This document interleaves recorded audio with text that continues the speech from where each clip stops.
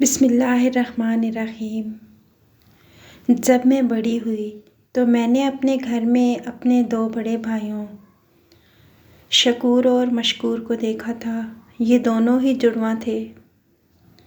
अम्मा कहती थी कि शकूर और मशकूर हमारे घर के लिए एक नेमत हैं और इन्हीं की वजह से हमारे घर में बरकत और सुकून है। जबकि हमारे रिश्तेदार शकूर और मशकूर की वजह से हमसे मिलना जुलना बंद कर चुके थे। मैं शकूर और मशकूर की इकलौती बहन थी। घर में सिर्फ अम्मा और भाई होते थे। एक रात मेरी आंख खुली तो अम्मा को बिस्तर पर ना पाकर मैं परेशान हो गई। भाई ऐसे थे जिनका चलना फिरना वैसे ही मुश्किल था। उनके काफ़ी सारे काम मैं खुद किया करती थी। पिछले साल ही उन्होंने चलना शुरू किया था। अब ऐसे भाई बहन की हिफाजत क्या करेंगे जिनके जिस्म आपस में जुड़े हों और वह ठीक से चल फिर भी ना सकते हों। मेरा दिल धड़कने लगा जबकि छत पर मुझे किसी के कदम रखने की आवाज़ आई। मैं चौंक कर उठ बैठी। मैंने देखा मेरे कमरे का दरवाज़ा खुला था। अम्मा मौजूद नहीं थी। अल्लाह का नाम लेकर मैं कमरे से बाहर आई। मेरा और अम्मा का एक ही कमरा था। जब से अब्बा की वफ़ात हुई थी तब से अम्मा मुझे अपने कमरे में साथ ही रखती थी, लेकिन पूरा घर खाली था। अम्मा को ना पाकर मुझे बेचैनी हुई। सहन खुला सा था। मैंने बाहर जाकर देखा तो घर का बैरूनी दरवाज़ा बंद था, मतलब कि अम्मा घर में ही थी। मुझे महसूस हुआ कि छत का दरवाज़ा खुला है और अम्मा वहीं मौजूद है। मुझे रात की इस पहर छत पे जाना अजीब लगा। बड़ी मुश्किल से जब मैं छत पे पहुंची तो देखा अम्मा चाहे नमाज बिछाए अंधेरे में बैठी दुआ कर रही थी। उस वक़्त मैं दबे कदमों माँ के पास पहुंची। ये देखकर मुझे हैरत हुई कि अम्मा अल्लाह से रो रो कर माफ़ी मांग रही थी। या अल्लाह, मैं बहुत गुनाहगार हूँ, तो मेरी गलती की सज़ा मेरी औलाद को मत देना। मुझे ऐसे लगा जैसे वो किसी बहुत बड़े गुनाह पर पछता रही हूँ। मेरा दिल ये मुसलसल सोचने पर मजबूर हो गया। मैंने अम्मा को कंधे से पकड़कर हिलाया। अम्मा ने मेरी तरफ देखा, हड़बड़ा गई जैसे मुझे यहाँ देखने की उनको तवक्को ना हो। कहने लगी, मैंने तुम्हें 100 बार कहा है जब मैं कमरे में ना हूँ तो अपना दरवाज़ा बंद कर लिया करो। यहाँ छत पे आने की क्या ज़रूरत थी। नीचे चलो, जवान लड़की हो, तुम्हें खुद अपनी हिफाजत करनी पड़ेगी। शकूर और मशकूर ऐसी हालत में हैं कि अपनी बहन को संभाल नहीं सकते। मुझे समझ नहीं आ रहा था कि अम्मा अपने गुनाहों की माफ़ी क्यों मांगती हैं। हालांकि मोहल्ले में हर कोई उन्हें इज़्ज़त की निगाह से देखता था। मोहल्ले के बच्चे इनके पास कुरान पाक पढ़ने आते थे। अम्मा कभी किसी से कोई बात नहीं करती, हर वक्त रोती और पछताती रहती थी। कभी शकूर और मशकूर की तरफ देखकर अम्मा की आंखों से आंसू रवा हो जाते और कहती कि मेरे बच्चों को मेरे गुनाह की सज़ा मिली है। मैं अम्मा से पूछती कि तूने ऐसा क्या गुनाह किया है जिसकी वजह से ये दोनों ऐसे पैदा हुए। तब अम्मा खामोश हो जाती और जाकर कमरे का दरवाज़ा बंद कर लेती। मुझे अम्मा की बातों पे गुस्सा आने लगा था। वो खामखा ही खुद को कोसती हैं। एक दिन मैंने सोचा और ये बातें उनसे पूछना छोड़ दी, लेकिन ज़िंदगी में इंसान को कभी सुकून नहीं आता। लोग सुकून और चैन से जीने भी कब देते हैं। उन्हीं दिनों पप्पो हमारे घर आ गई। वो अपने बेटे की शादी की दावत देने आई थी। आते ही अम्मा को शादी का कार्ड पकड़ाकर बोली, जाहिदा, तूने शादी में ज़रूर आना है और हाँ, अपने बच्चों को भी लेके आना। शकूर और मशकूर की तो तुम शादी की खुशी देख नहीं सकती। अच्छा है मेरे बेटों की शादी में तुम अच्छा सा जोड़ा पहन लेना और सारे अरमान पूरे करना। ये बात सुनकर अम्मा को गुस्सा आ गया। उनकी आंखें लाल हो गईं। पप्पो को ललकारते हुए बोली, तुमने कैसे सोच लिया कि मैं तुम्हारे बेटों की शादी में अरमान पूरे करूँगी। मेरे माशाल्लाह 2 बेटे हैं, मैं उनकी शादियाँ क्यों ना करूँगी। ये बात सुनकर फुप्पो हंस पड़ी। मैं अम्मा को हक्का बक्का देख रही थी। वो कहने लगी, अरे तुम 2 बेटों की शादियाँ कैसे करोगी। इनके जिस्म तो आपस में जुड़े हुए हैं, ये कैसे मुमकिन है। ये शादी तो हो ही नहीं सकती। फुप्पो हाथ पर हाथ धरे बैठी थी। मुझे अम्मा की बात पे हैरत होने लगी। मैंने लगा मैं कोई ख्वाब देख रही हूँ। हमीदा तुम ज़्यादा मत इतराओ, ठीक 6 महीने बाद मैं अपने दोनों बेटों की शादी करूँगी। शादी में तुम्हें भी दावत दूँगी और तुम्हें शादी में आना होगा। मेरे बेटों को तुम मामूली मत समझो। मौलवी अब्दुल्ला के बेटे हैं, कंवारे नहीं बने मरेंगे। अल्लाह जन्नत नसीब करे। वे मौलवी साहब को कहते थे कि इनका निकाह ज़रूर होगा। फूफो यह सुनकर फिर हंसने लगी, कहने लगी, ये तो बताओ तुम इनमें से पहले किस बेटे की शादी करोगी? और क्या दूसरे बेटे को जहर का इंजेक्शन देकर मार दोगी? क्योंकि एक बेटे की शादी करोगी तो फिर वो अपने फ़राइज़ कैसे पूरा करेगा और दूसरा कहाँ जाएगा?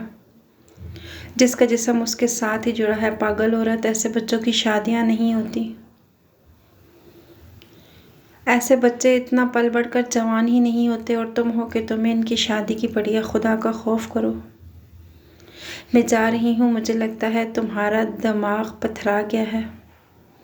शादी में आना हुआ तो आ जाना। ये कहकर पप्पो हमारे घर से निकल गई। मैं अम्मा की तरफ देखने लगी। अम्मा के चेहरे पर शदीद गुस्सा था।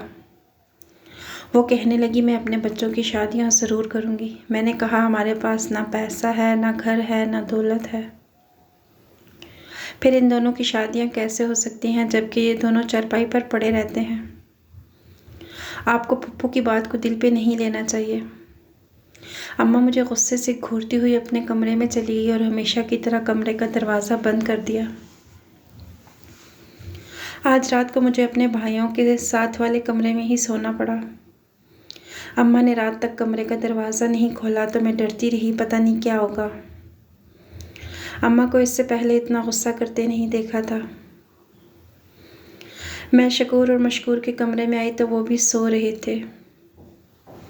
मैं अन्नी के कमरे में सो गई। सुबह हुई तो अम्मा ने कमरे का दरवाज़ा खोला और कहने लगी, मैं अपने बेटों का रिश्ता ढूंढने जा रही हूँ। आज घर का सारा काम तुम्हें करना होगा।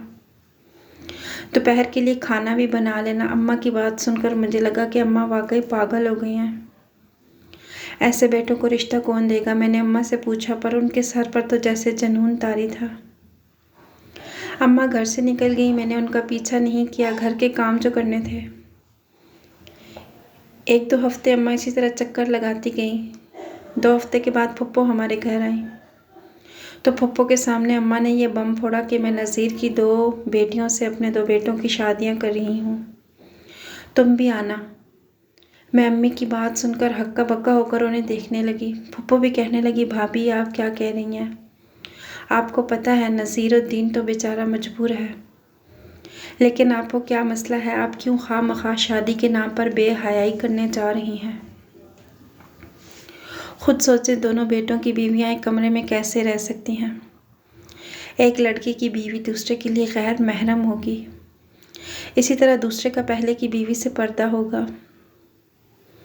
मैंने कहा, अम्मा आपको क्या हो गया है? आप जिस मोहल्ले में रहती हैं लोग आपकी इज्जत करते हैं। कल को जब ये बात मोहल्ले में फैलेगी तो लोगों का रद्द-ए-अमल क्या होगा, कभी आपने सोचा है? अम्मा कहने लगी, मुझे कोई परवाह नहीं। पप्पू से कहा, तुमने आना हुआ तो आ जाना, वरना ना आना, तुम्हारे बगैर भी शादी हो जाएगी। पप्पू कहने लगी, देखूंगी। वो चली गई, पर अम्मा बाकायदा शादी की तैयारियां करने लगी। अपने बेटों के लिए अच्छे कपड़े लाए, साथ ही साथ घर की सजावट भी शुरू हो गई। मुझे इन बातों पर अभी तक यकीन नहीं आता था। मौलवी नज़ीरुद्दीन ने भी अपने जानने वालों में ये बात मशहूर कर दी कि वो मौलवी अब्दुल्ला के बेटों को रिश्ता दे रहा है। मौलवी अब्दुल्ला के बेटों को रिश्ता देने का मतलब जानते हो? लोग उससे पूछते तो वो टाल देता, उसे किसी की बात की परवाह नहीं थी। लेकिन फिर मुझे समझ आ गई कि नज़ीरुद्दीन ने इस शादी के लिए क्यों माना था। जब मैंने देखा, उसने अम्मा का नाक, कान और गला सब खाली कर दिए थे। वो एक लालची आदमी था। उसने अम्मा को लूट लिया और बदले में अपनी बेटियों के रिश्ते दे दिए। उसे तो निकाह की नज़ाकत का अंदाज़ा नहीं था। लेकिन जब हमारे ख़ानदान वालों को शादी का पता चला तो सब अपने कानों को हाथ लगाने लगे। अक्सर ने साफ कह दिया, ये शादी नहीं बेहयाई है और इस बेहयाई की तकरीब में हरगिज़ शिरकत नहीं करेंगे। बहुत सारे लोगों ने शादी में आने से एक दूसरे को मना कर दिया। उस रोज़ अम्मा ने घर में खीर बनाई, अपने दोनों बेटों को खिलाई मुझे भी दी और कहने लगी, ये जाकर मोहल्ले में बांट आओ। मैंने देखा आज अम्मा के चेहरे पर एक अजीब सा सुकून था। 3 दिन के बाद शादी थी, फिर भी अम्मा बहुत मुतमईन लग रही थी। उन्हें देख के महसूस होता था जैसे दिल में कोई बहुत बड़ी बात दबाए हुए हों। मगर मैं जैसे ही खीर देकर वापस आई तो देखा घर में अम्मा नहीं थी। शकूर और मशकूर अपने कमरे में थे। अम्मा किचन में भी नहीं थी। मुझे लगा वो वाकई दूसरी बार भी छत पे गई होंगी। अम्मा ने छत का दरवाज़ा बंद कर रखा था। मैंने छत के दरवाजे पर हल्की हल्की दस्तक दी ताकि अम्मा दरवाज़ा खोल दे, पर अम्मा ने मेरे दस्तक देने पर भी दरवाज़ा नहीं खोला। ऐसा लगता था जैसे अम्मा को मेरी बातें बहुत बुरी लगी हों।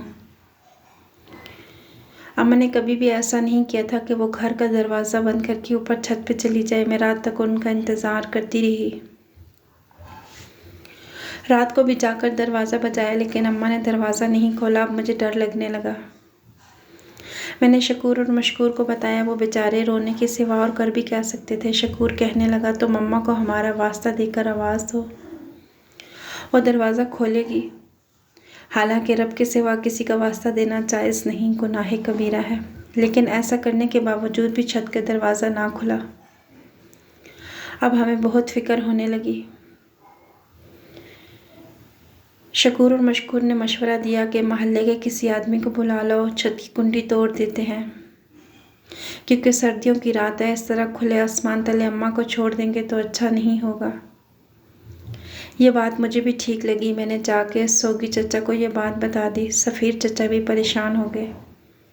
एक कारपेंटर को लेकर हमारे घर आए। यूं छत के दरवाजे को तोड़ दिया गया। दरवाज़ा तोड़ते ही मेरी नज़र सामने अम्मा पर पड़ी। मेरे पाँव तले से ज़मीन निकल गई। अम्मा को इस हालत में देखकर मुझे बहुत अजीब लगा। मैं नहीं चाहती थी कि हमारे घर का ये राज बाहर के लोगों को पता चले, इसलिए मैंने उन लोगों को वहाँ से जाने का कहा और अम्मा पर चादर डाल दी। अम्मा, आप अब्बा की रूह को क्या जवाब देंगी? अम्मा, ये तुम क्या कर रही हो? तुम होश में तो हो? अपने बेटों की शादी के पीछे इतना पागल हो गई हो? ये गिरी हुई हरकत क्यों की? मैं दिल ही दिल में सोचने लगी, पर उस वक़्त अम्मा को कुछ नहीं कह सकती। बड़ी मुश्किलों से अम्मा को सहारा देकर नीचे कमरे में लाया। मेरा दिमाग घूम रहा था। मैं सोच भी नहीं सकती थी कि अम्मा इस कदर गिरी हुई हरकत करेगी। मैंने अम्मा के मुंह पर पानी के छींटे मारे, उन्हें जगाने की कोशिश की, पर उन्होंने आँख नहीं खोली। ऐसा लगता था जैसे अम्मा बेहोश हो गई हों। डॉक्टर को तो मैं बुलाने से रही। काफ़ी देर के बाद अम्मा ने खुद ही आंखें खोल दी। वो खुद को कमरे में पाकर हैरान हो गई। कहने लगी, मुझे यहाँ क्यों ले आए हो? मुझे ऊपर जाने दो। मैं जो कर रही हूँ मुझे करने दो। मैंने कहा, खुदा का खौफ करो अम्मा, ऐसी कौन सी मुसीबत आ गई है? जो आप कर रही हैं इससे अब्बा की रूह को कितनी तकलीफ़ होती होगी। वो कहने लगी, उतनी तकलीफ़ नहीं होती जितनी तकलीफ़ एक माँ को होती है। मुझे करने दो जो मैं कर रही हूँ। ये कहकर अम्मा दीवानावार वहाँ से दरवाजे की तरफ भागने लगी। मुझे अम्मा के इस पागलपन पर बहुत परेशानी हो रही थी। हमारे घर के हालात बिगड़ चुके थे। 3 दिन बाद शकूर और मशकूर की शादी थी। हैरत अंगेज़ तौर पर शादी का दिन करीब आया तो अम्मा की हालत संभल गई। अम्मा ने मुझसे तैयार होने को कहा। हमारे ख़ानदान के साथ बारात में कोई भी नहीं जा रहा था सिवाय मेरे मामू और ममानी के चंद बच्चों के, जिनकी ज़िंदगी में हमारे अलावा कोई नहीं था। हम लोग बारात लेकर नज़ीरुद्दीन के घर पहुँचे तो नज़ीरुद्दीन भी अपनी बेटियों को कुर्बानी का बकरा बनाने के लिए तैयार था। अम्मा ने एक पोटली उसे थमा दी। उसने वो खोल कर देखी। उसकी आंखें चमक गईं। यकीनन ये सोना होगा। मैंने दिल में सोचा और अफसोस करने लगी, कैसा बाप है जो अपनी बेटियों को सौदा कर रहा है। अम्मा ने मौलवी साहब को बुलवाया। मौलवी साहब ने बड़ी मुश्किलों से अम्मा की मिन्नत समाजत करने पर मेरे भाइयों का निकाह पढ़ा दिया था। शकूर और मशकूर दोनों शादीशुदा हो चुके थे और अम्मा की 2 बहुएं भी घर में आ चुकी थीं। बहुत अजीब लम्हा था। हम इन लड़कियों को रुखसत करा के अपने घर लेके आ गए। उन्हें अपने कमरे में बिठाया। मैं अम्मा का मुंह देखने लगी। अम्मा, तुम अपना सारा सोना बेचकर इन दोनों लड़कियों को ख़रीद तो लाई हो, तो इन्हें सुहागन कैसे बनाओगी? क्यों नहीं बनाऊंगी? मेरे बच्चों का पूरा पूरा हक है। वो अपनी शादीशुदा ज़िंदगी गुजारें, बच्चे पैदा करें, अपनी नस्ल को आगे बढ़ाएं। अम्मा तुम पागल वागल तो नहीं हो गई हो? पता है ना कि तुम्हारे दोनों बेटों के जिस्म जुड़े हुए हैं और ये दोनों लड़कियां अलग अलग हैं। ये सब कुछ नहीं हो सकता। खुदा के लिए जितनी जिंदगियां बर्बाद करनी थी कर ली। अब रुक जाओ। मेरी बात सुनकर अम्मा हंसी और उन दोनों लड़कियों को लेकर मेरे कमरे से चली गई। अम्मा क्या करने लगी हो? वो इन दोनों लड़कियों को लेकर भाइयों के कमरे की तरफ बढ़ रही थी। शकूर और मशकूर को दूल्हा बने देखकर मुझे खुशी तो हुई थी, लेकिन अब जो हो रहा था वो वाकई नाकाबिले यकीन था। अम्मा ने जाकर इन दोनों लड़कियों को उस कमरे में रखा और कमरे के बाहर से दरवाजे को बंद कर दिया। मैं दरवाज़ा पीट भी नहीं सकती थी। वो दोनों शादी कर चुके थे, उनका निकाह हो चुका था। अब मैं कैसे कह सकती थी कि उन्हें इस कमरे में नहीं जाना। अब अम्मा रह गई थी जो कि छत पे चली गई। मैं उनके पीछे पीछे गई, मगर छत का दरवाज़ा हमेशा की तरह बंद था। मैं अम्मा के पीछे गई और कहने लगी, अम्मा तुम इतनी सर्दी में खुद को रह के क्यों बीमार करती हो? क्या मैं फिर से दरवाज़ा तोड़वा दूँ और तुम तक पहुँचूँ? अम्मा ने मेरी बात का जवाब दे ही दिया। कहने लगी, खुदा का वास्ता है मेरी बेटी वापस चली जा। मुझे मत तंग कर। मैं जो कुछ कर रही हूँ अपनी औलाद के लिए कर रही हूँ। वो रब है, किसी की भी सुन सकता है। वो चाहे तो कुछ भी हो सकता है। अम्मा की आवाज़ सुन के मैं दरवाजे के पास ही बैठ गई। मैं नहीं चाहती थी अम्मा आधी रात को चीख मारे और कोई सुनने वाला भी ना हो, कोई बचाने वाला भी ना हो। बैठे बैठे मुझे नींद आ रही थी। 3 घंटे गुजर के अम्मा ने दरवाज़ा ना खोला। मैं वहाँ से उठी। सर्दी में मेरे हाथ पाँव शल हो चुके थे। मुझे अपना वजूद बेजान महसूस होता था। इतने में सुबह की अजान की आवाज़ मेरे कानों से टकराई। मैंने अजान पर अपने आप को झंझोड़ते हुए उठाने की कोशिश की। मैं मोहल्ले में तमाशा नहीं बनाना चाहती थी, क्योंकि अम्मा दरवाज़ा नहीं खोल रही थी। मैं नीचे आ गई। सोचा कि शकूर और मशकूर से पूछूं कि रात में क्या हुआ।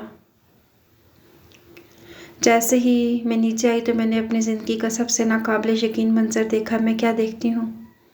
शकूर और मशकूर अपनी अपनी जगह पर अलग अलग खड़े हैं। उन्हें अपने सामने खड़ा देख के मुझे लगा जैसे मैं कोई ख्वाब देख रही हूँ। उनकी बीवियाँ उनके साथ खड़ी नाश्ता बनाने में मदद कर रही थी। शकूर ने आगे बढ़कर मुझे गले लगा लिया। वो बहुत खुश था। मुझे यकीन नहीं आ रहा। मैंने कहा, लगता है कि मैं कोई ख्वाब देख रही हूँ। वो कहने लगा, मुझे भी यूं ही महसूस होता है। ये सब कुछ रात में मुमकिन हुआ। मैं अपने आप को आज़ाद महसूस करके बहुत खुश हूँ, इतना खुश कि बता नहीं सकता। ये सब कुछ हमारी अम्मा की वजह से हुआ है। अगर हमारी माँ कोशिश नहीं करती तो हम सब वैसे ही अपनी ज़िंदगी गुजार देते। ये खुशियाँ कभी ना देख सकते। मैं अपने भाई को हाथ लगाकर देखने लगी। उसके जिस्म पर ना कोई ज़ख्म था, ना ही कोई छुरी का निशान या कैंची का निशान, जिससे मुझे लगे कि मेरे भाइयों की कोई सर्जरी हुई है या अम्मा ने उनका कोई इलाज करवाया है। मुझे याद आया था शकूर और मशकूर की हकीकत पर यकीन करने के बाद अम्मा को तो मैं छत पर ही छोड़ आई थी। सुबह के 6 बजे थे। मैं छत पर गई। अम्मा दरवाज़ा खोले बैठी खुदा का शुक्र अदा कर रही थी। उनका सर सजदे में था, जबकि चाय नमाज खाली थी। मैं अम्मा की तरफ देखने लगी। ये क्या कर दिया अम्मा? अम्मा कहने लगी, तो मैं क्या करती बेटी, मुझे बताओ। इससे ज़्यादा सुकून और खुशी वाली क्या बात हो सकती है कि मेरे दोनों बेटे अपने पाँव पर खड़े हैं। कहने लगी, मैंने खुदा से मांग के ठीक किया। मैंने अम्मा की खाली चाय नमाज की तरफ देखा, जहाँ पर खाना काबा के गुलाफ का टुकड़ा मौजूद नहीं था। अब्बा के जवानी के दिनों में जब वो एक नुमायाकारी किया करते थे, दुनिया में कई मुल्कों में तिलावत के लिए बुलाए जा चुके थे, अब्बा को गिलाफ़े काबा का एक टुकड़ा मिला था। शायद इनाम ही मिला था। अब्बा को इमाम साहब ने एक बात बड़ी राजदारी के साथ बताई, तुम इस गिलाफ़े काबा के वास्ते अल्लाह से जो मांगोगे वो तुम्हें मिल जाएगा, पर इसके बाद ये टुकड़ा तुमसे छिन जाएगा। फिर तुम अल्लाह से दुआ तो कर सकते हो, लेकिन किसी नेक नियति, किसी नेक अमल का वास्ता दे के ये तुमसे छिन जाएगा। एक बात याद रखना, कभी बिला वजह की नाजायज़ ख्वाहिश के लिए इस गिलाफ़ का इस्तेमाल मत करना। अब्बा ने यह टुकड़ा अम्मा को दे दिया था। अम्मा ने इसे अपने पास ही रखा। कभी ज़िंदगी में ऐसी नौबत नहीं आई कि इसका इस्तेमाल किया जाता। या अल्लाह के सामने इसका वास्ता दे के अल्लाह से कोई बात मनवाई जाती। फिर जब पप्पू ने अम्मा को ताना दिया तो उनको ये बात याद आई, तो वो अल्लाह से दुआ करने लगी। इतनी दुआ की कि रो के हलकान हो जाती। बिलाखिर गिलाफ़े काबा का वास्ता भी दे दिया। इसी रात जब अम्मा की दुआ कबूल हुई तो गिलाफ का टुकड़ा अम्मा के सामने से गायब हो गया। ये अल्लाह का एक मौजज़ा ही था, वरना मेरे भाइयों के साथ जो मसला था वो दुनिया का बड़े से बड़ा डॉक्टर भी हल नहीं कर सकता था। मेरे भाई अब अपनी बीवियों के साथ खुश हैं। मुझे कभी कभी इनकी पुरानी हालत याद आती है तो यकीन नहीं आता। ऐसे लगता है कि या तो वो लम्हा ख्वाब था या वो लम्हा ख्वाब है जो अब हम गुजार रहे हैं। आपको वीडियो कैसी लगी ज़रूर बताइएगा। मज़ीद ऐसी अच्छी वीडियोस देखने के लिए हमारे चैनल को सब्सक्राइब कीजिएगा। अल्लाह हाफिज़।